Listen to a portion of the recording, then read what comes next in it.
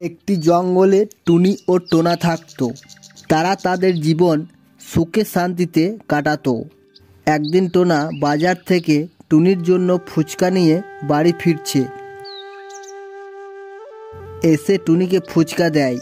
টুনি ফুচকাগুলি খেয়ে নেয়, তারপর বলে, টোনা ও টোনা, আমার না আপেল খেতে খুব ইচ্ছে করছে, আমাকে কাল দুটি আপেল এনে দেবে।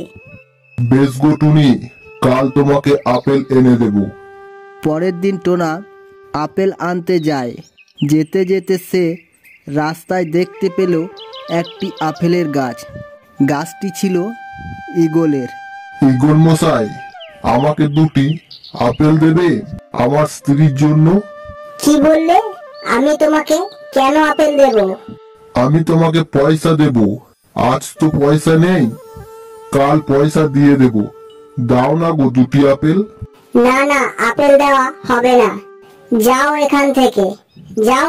সেটা শুনে টোনা মনের দুঃখে বাড়ি ফিরে আসছে।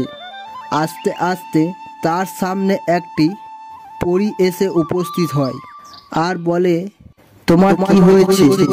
তোমার কি সমস্যা? তখন টোনা সব বলে। সব শুনে পরী তাকে কিছু আপেল দিয়ে সেখান থেকে চলে যায়।